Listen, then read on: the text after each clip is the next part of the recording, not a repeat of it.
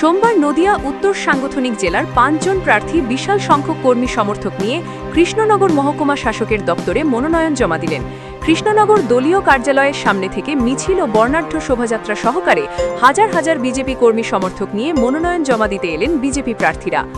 নদিয়ার কৃষ্ণনগর উত্তর বিধানসভা কেন্দ্রের তারক চট্টোপাধ্যায়, কৃষ্ণনগর দক্ষিণের সাধন ঘোষ, নাকাশীপাড়া বিধানসভা কেন্দ্রের শান্তনু ঘোষ, কালীগঞ্জ বিধানসভা কেন্দ্রের বাপন ঘোষ এবং চাপড়া বিধানসভা কেন্দ্রের প্রার্থী সৈকত সরকার মনোনয়ন জমা দিলেন।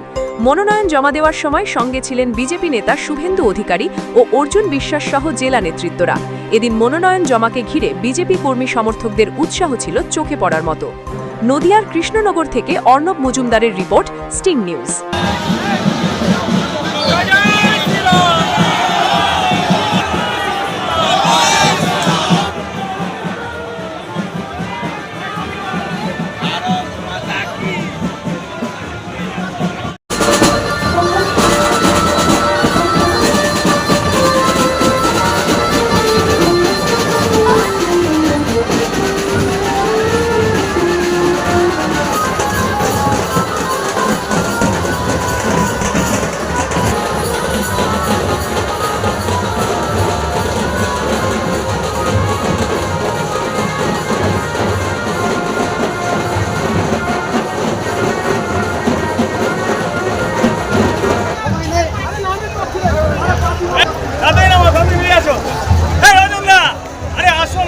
দেরি হয়ে যাবে, 3টে বাস হয়ে যাবে।